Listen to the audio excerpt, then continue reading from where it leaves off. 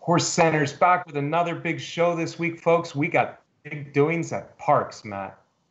Yeah, Brian, I'm excited. I'm going to Parx for the Pennsylvania Derby and the Cotillion. We have previews of them, and we go back and take a look at the big races and performances, Oscar performance in the Woodbine Mile, and the 2-year-olds at Churchill Downs. That's right. Cairo Cat and Serengeti Empress are now names to look out for this fall. And moving on, Matt Hofberg, McKinzie in the Pennsylvania Derby. Of course, Monomoy Girl in the Cotillion. Watch it all now right here on Horse Center.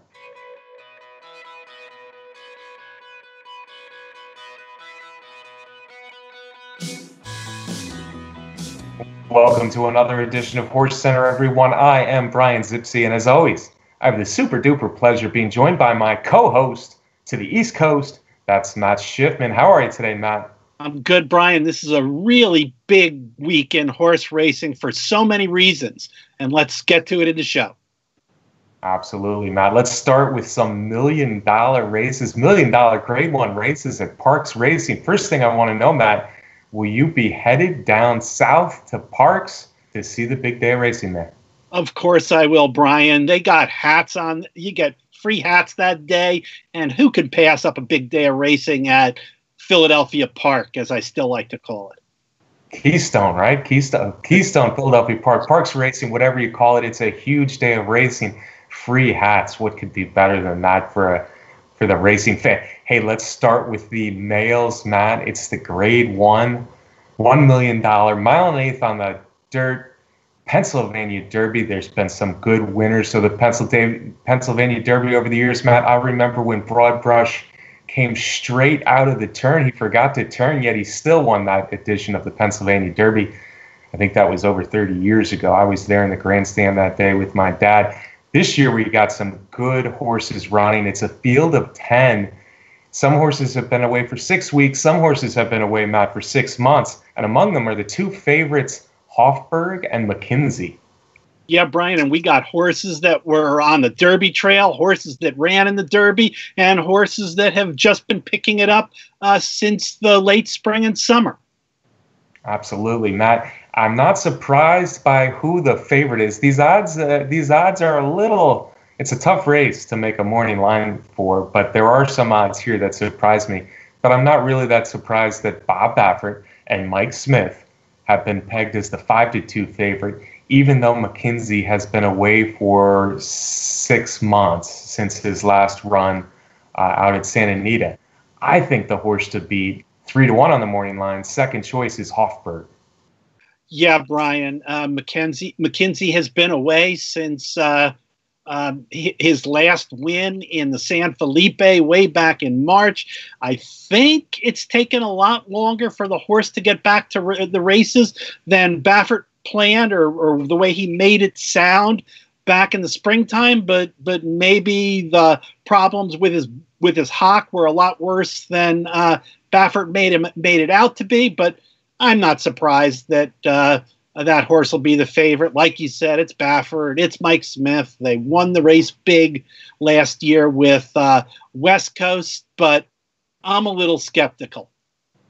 Yeah, and skepticism is fair, especially when we're talking about a favorite here, Matt, in a tough field. And 6 months away is tough. On his side, of course, he does have Bob Baffert, Mike Smith, and a whole series of workouts, including a bunch of 7 furlong moves out west. Now he comes back after 6 months, goes east to Parx, and finds a tough spot with some speed in there. Of course, before he went away, his first 2 races, very impressive, became a Grade 1 stakes winner quickly in his career. And there was some controversy there, whether Solomini should have been taken down in the Los Al Futurity, whether McKinzie should have been taken down in his final race, his most recent race in the San Felipe, remains to be seen. But obviously a talented horse, and a horse who needs to be feared in here, and a horse who could move on to the Breeders' Cup Classic, as can Hofberg. Matt Hofberg's the horse I want to talk about because, as I said, I think he's the horse to beat in here. He's got a nice turn of foot, the Bill Mott, good-looking colt for Bill Mott, and Hofberg was supposed to be one of the horses to beat in the Travers. Of course, he had to miss it with a brief illness. But now he's back, 9 furlongs at Parx. As I said, there's some speed in here. I think Hofburg takes some beating. Yeah, that could be. It looks like he's going to get the right kind of setup in there. And, in our discussion of the Pennsylvania Derby and then later on in the Cotillion, it is important for fans when you're handicapping to remember that the Parx racing surface can be a little bit of a quirky kind of track surface that sometimes certain horses don't like at all. There's nothing you can do about that. You can't predict it, but sometimes you get some strange outcomes in there with the Parx racing surface. Sure, Hofburg is going to be dangerous in there, as you said, with speed in that race.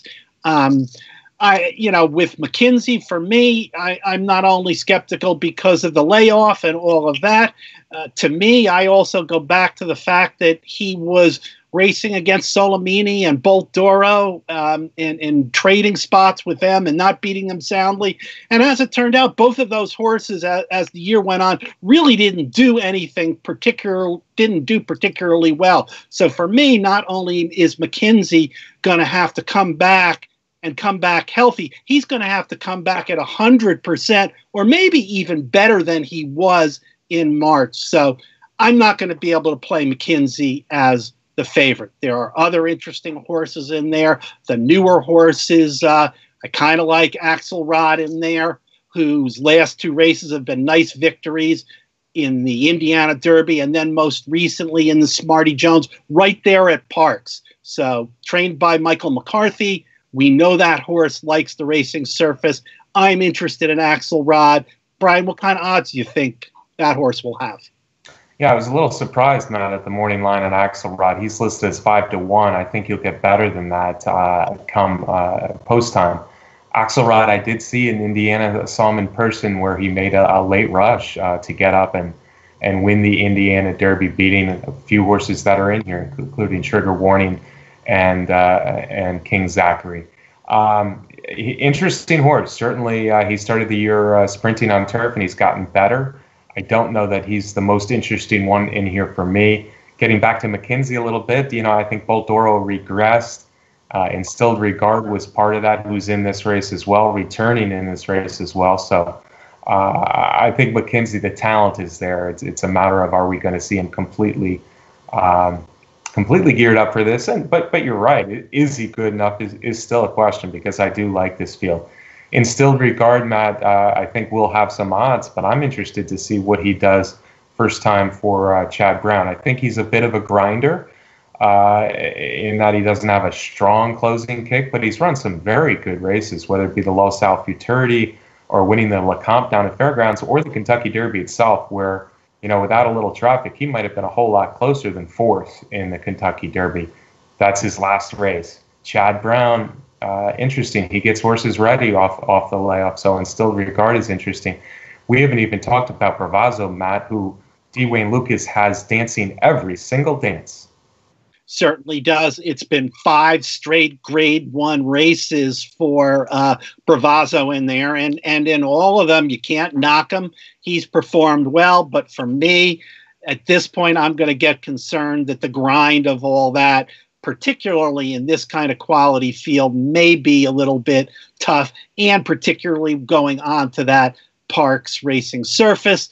Instilled Regard is interesting. My big concern is that I think Chad Brown was planning to have Instilled Regard ready a little bit earlier in the summer than this start in the Pennsylvania Derby. So I'm a little bit concerned about the layoff and then a delay on the layoff here also. But like you said, there's nobody better than getting a horse to 100% off one of these long layoffs than Chad Brown and Bob Baffert. Yeah, and having said that, I think, the odds will bear this out, of course, but Instilled Regard seems like a horse who probably needs one race more than McKinzie, the type of horses they are. Matt, there's some nice horses in here. I mentioned Trigger Warning before. He's reeled off a string of decent races. Core Beliefs is another one. Either of these horses gets runs well, maybe they're involved. First Monday is a well-bred son of Curlin. Has only had 3 races, but he could be a good one. And then I got to talk about my man Dale Romans. I saw Tammy Fox out at the barn at Churchill Downs today, and she said both King Zachary and Mr. Freeze are doing well, and they're both headed to Pennsylvania. King Zachary, I think, ran a better race than it looks on paper when he was fourth in the Travers. He really went wide, made up a lot of ground there. He was really the one running late in the Travers, even better than the third place horse Bravazzo. And then Mr. Freeze, I don't know how good Mr. Freeze is, the son of Two Honor and Serve. If you look at his progression, you can't really ask for much more, including an 8-length romp in the West Virginia Derby. The odds on him, morning line, say 12 to 1. I can't imagine we get 12 to 1 on him, though. Yeah, I agree, Brian. There are a lot of choices in here, a lot of ways that fans can go, and a lot of ways fans can go to get some good prices. Yeah, my betting will steer towards Hofburg. The horse I think is to beat, and then Mr. Freeze. I'm hoping he's 8 to 1 at least off of that 12 to 1 morning line. Any more selections from you, Matt, on the Pennsylvania Derby? I'm most interested, as I said earlier, I'm most interested in Axelrod in there. As I said, I'm going to avoid the shorter odds on McKinzie. Fair enough. Penn Derby, Saturday at Parx. Enjoy it.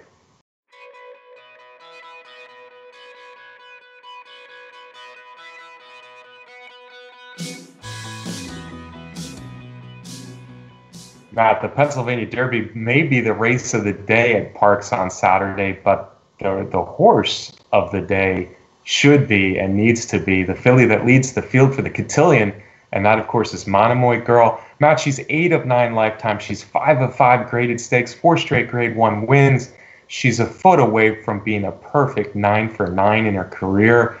Does the beat just go on more for Monomoy Girl on Saturday? Well, Brian, after hearing that resume, Brian, maybe we should just stop where we are, and that's often the way it is on this big day at Parx. The Pennsylvania Derby gets the headline, but the Cotillion almost always has some wonderful, wonderful fillies in there, and same can be said this year. It's a field of 8. We got the big 3 back again. We got Monomoy Girl, Wonder Gadot, and Midnight Bisou all in there, but I don't know, Brian, with this race cutting back to a mile and a 16th, that just makes things that much tougher for the rest of the field to tackle Monomoy Girl. Yeah, and this time, Matt, I think the odds maker's right on, because when I handicap this race, I see Monomoy Girl as the clear horse to beat. I mean, she's beaten Midnight Bisou 2 for 2. She's beaten Wonder Gadot 2 for 2. The Kentucky Oaks was, of course, the biggest meeting, and those two ran second and third. But when I handicapped this race, I really thought that Midnight Bisou was just better set up to run a good race than Wonder Gadot. I could be wrong. I'm often wrong, folks. If I bet 30%, I'm happy. But anyway, Midnight Bisou seems like the biggest danger to me. There is some speed in here as well.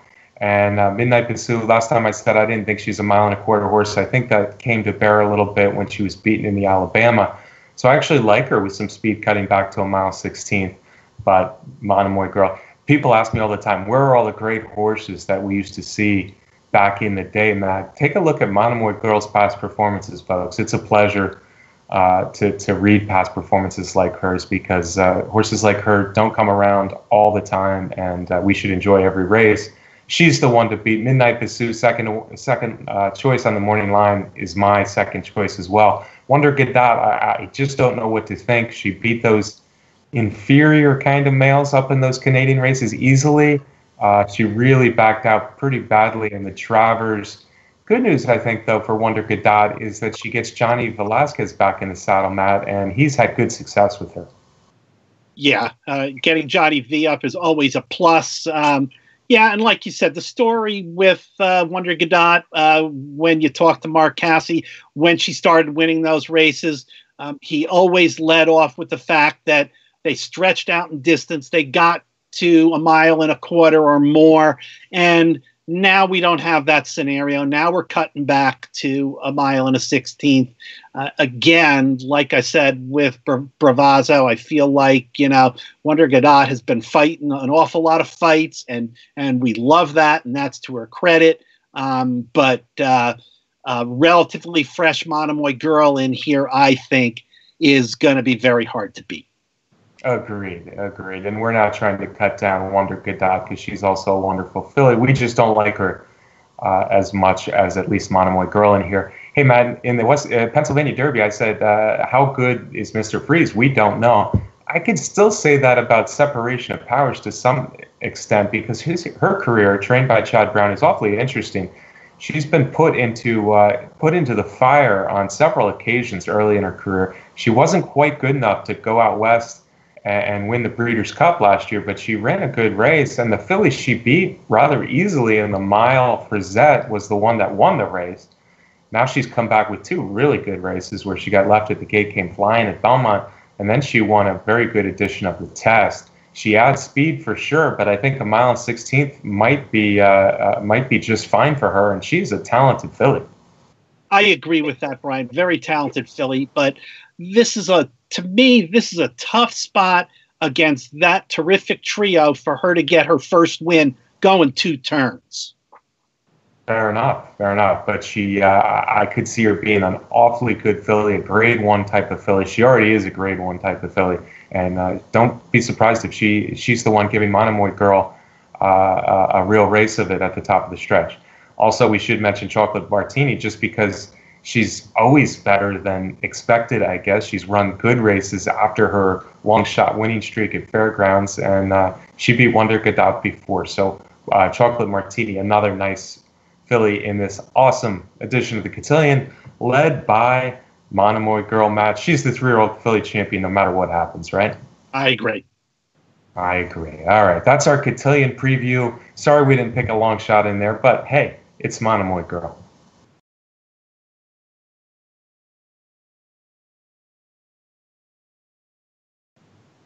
Matt, we're not done with Parx just yet. I'll tell you what, Pennsylvania Derby Cotillion are races to be excited about, but there's a couple races earlier on the card. The Gallant Bob is just loaded with good 3-year-old sprinters, any of which could step up and be horses to watch for the Breeders' Cup Sprint. But the big news, I think, on the undercard is what's happening in a race called the Penn Derby Champion Stakes, the famous Penn Derby Champion Stakes, because it's the return of Collected. Now, Collected hasn't been around for a long time, Matt. Yeah, and the name of that race to me is always wacky and confusing, but it is the Pennsylvania Derby Champion Stakes. And yes, Brian, not only is McKinzie coming back from a long layoff, but so is Collected. And Collected, what a 2007 year Collected had. Remember, we last saw Collected in the Pegasus, where things didn't go his way, and that was when the long layoff began for that horse. But his last victory came in the Pacific Classic in 2017, and it was a very, very impressive performance. And if you remember, Brian, I think Collected beat a couple of pretty good horses in there. He beat Accelerate, the leading male handicap horse in the country right now, and he beat Arrogate in there. But again, we got questions. Is Collected going to be able to come back at full strength here at Parx? He's not going to be facing the same kind of challenge that McKinzie is, but it's going to be exciting to see Collected back on the racetrack. Yeah, and Sonny Ridge is in there too, Matt. Don't forget about our Jersey-bred friend, Sonny Ridge, who, by the way, Collected does not run a good race. I think Sonny Ridge might be the horse to beat, although there's some other good ones in there as well. But of course, this is all about Collected because we're considering Collected a threat for the Breeders' Cup Classic, and of course he deserves to be after what he did last year. That's right, Matt. It wasn't 2007, it was 2017. 4 straight big wins culminating with that Pacific Classic over Arrogate and Accelerate.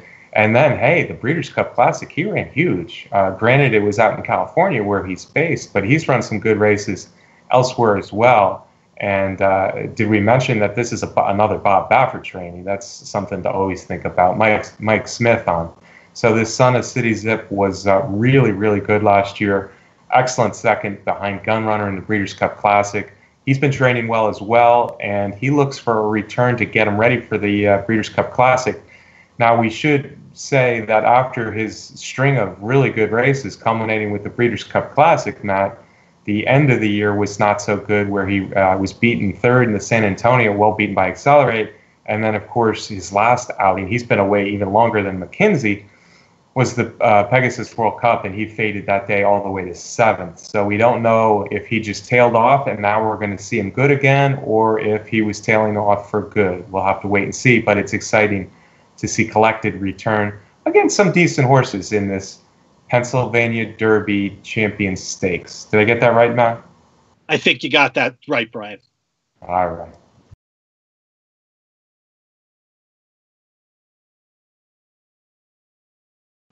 Now, we started the show with what's happening this Saturday, but let's rewind to last Saturday because there's some interesting doings from, well, I was going to say around the country, but I should say around North America. Great day of turf racing up at Woodbine with our friends over there in the Toronto area, Matt. And I think the highlight, or at least the highlight for me, of course, was that wonderful turf runner, Oscar Performance, bouncing back from a head-scratching performance in the Arlington Million. Hey, Matt, I actually had a winner, and he went off at almost 3-1. Oscar Performance just cruised, basically, in the Woodbine Mile. I think that was a pretty good price in retrospect, Brian, for Oscar Performance, the way he won the race. And, yeah, Brian, it was great to see him come back. You and I both said, let's draw a line through that Arlington Million race and hope that Oscar Performance comes back at full strength, and that he did. Out of the gate, got to the lead, took control of the race, won going away. Nice speed figure of 104, stamped himself as a real contender for the Breeders' Cup Mile, which he won a spot into in the Win and You're In series. Hats off to Brian Lynch for having confidence in his horse, seeing that he was perfectly fine and healthy, and training him up to the race and getting the big win. Yeah, they did everything right after the Arlington Million, which was kind of a debacle. First off, the jockey eased up on him down the stretch. He did not persevere. Second off, they got him checked out right away to make sure why such a good horse ran such a dismal race. Found out he was fine, and they found a spot for him that turned out to be a good spot. I was half teasing myself there, Matt, because almost 3-1. We're going to talk about who you picked last week in a minute. But yeah, you're right. In this field and without the speed of the filly that was the scratch, almost 3-1 was kind of a gift in the Woodbine Mile because Oscar Performance is that good. A shout out to Mr. Haverkamp, the local horse there from Canada, who ran a big race to hold on for second.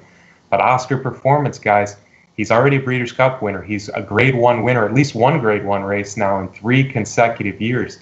This was his 7th graded stakes winner. I talked about Monomoy Girl's past performances. Oscar Performance might not have the sheer consistency of Monomoy Girl, but 7 graded stakes wins already for this 4-year-old son, another good son of Kitten's Joy, Matt. And I say it again, I think he's the horse to beat in the Breeders' Cup Mile because he's got the speed to control the race, or he can come from just off it, and a mile seems like a great distance for him. Yeah, and especially, Brian, since a couple of the top European milers we found out this week came down with some injuries and won't be making the trip over. Yeah, a tough week for European horses, Alpha Centauri being one of them, who both Matt and I thought would be a real horse to beat. The 3-year-old filly, unfortunately, will be sidelined the rest of the year. But Oscar Performance moves on to the Breeders' Cup Mile as a horse to beat.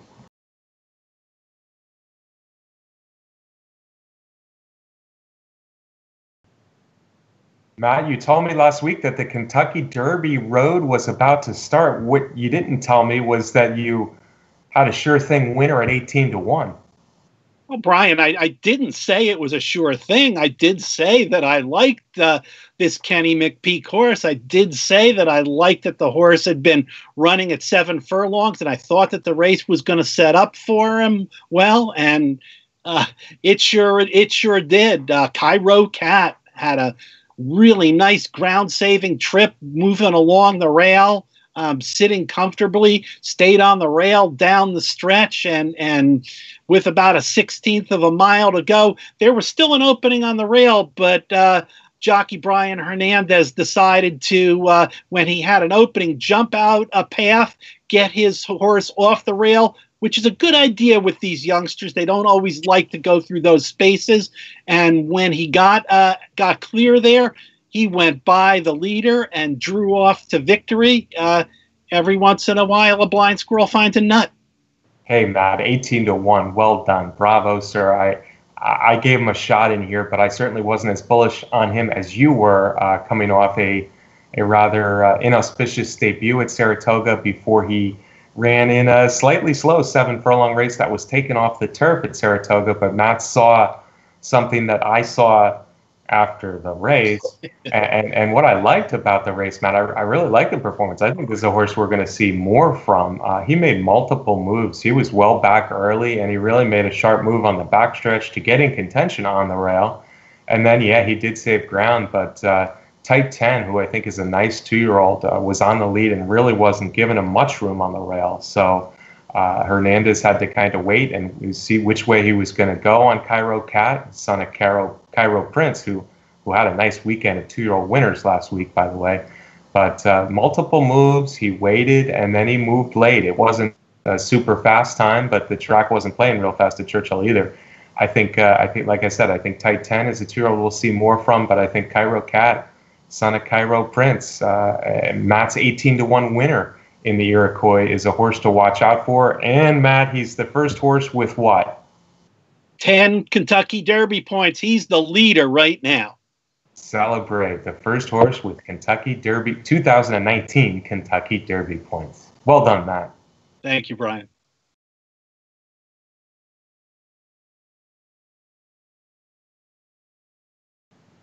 Hey, Matt, if we liked what we saw from Cairo Cat in the Iroquois, we really have to like what we saw from Serengeti Empress in the Pocahontas. Wow, the Tom Amos trained daughter of alternation won by more than 13 in the Ellis Park debutante. And what did she win on Saturday by, Matt? I think the official margin of victory was 19 and a half lengths. We haven't seen that since the days of Rachel Alexandra.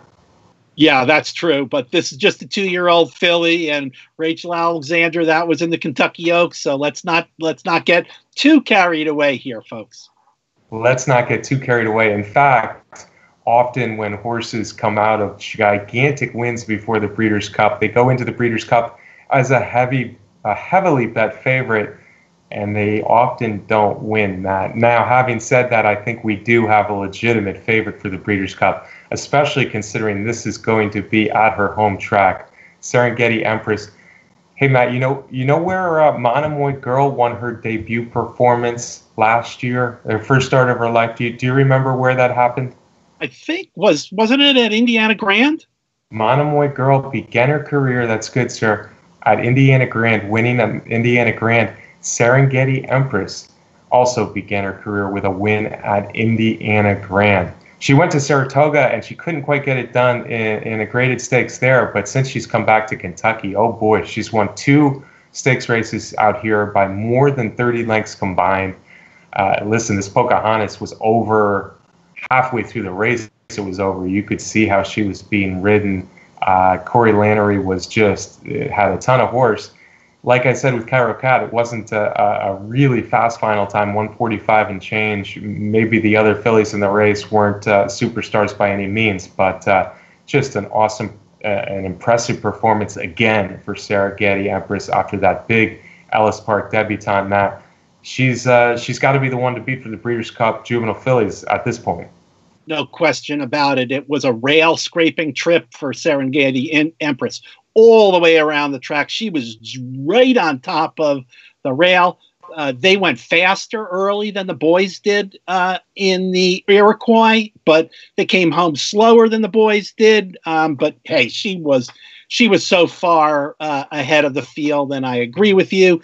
I don't think the rest of that field was particularly strong, but visually impressive and a tremendous performance for this Tom Amos filly. Like you said, going to be the favorite in the Breeders' Cup. There's a lot of good fillies up New York way that we're going to see in October that will find their way to Churchill Downs also.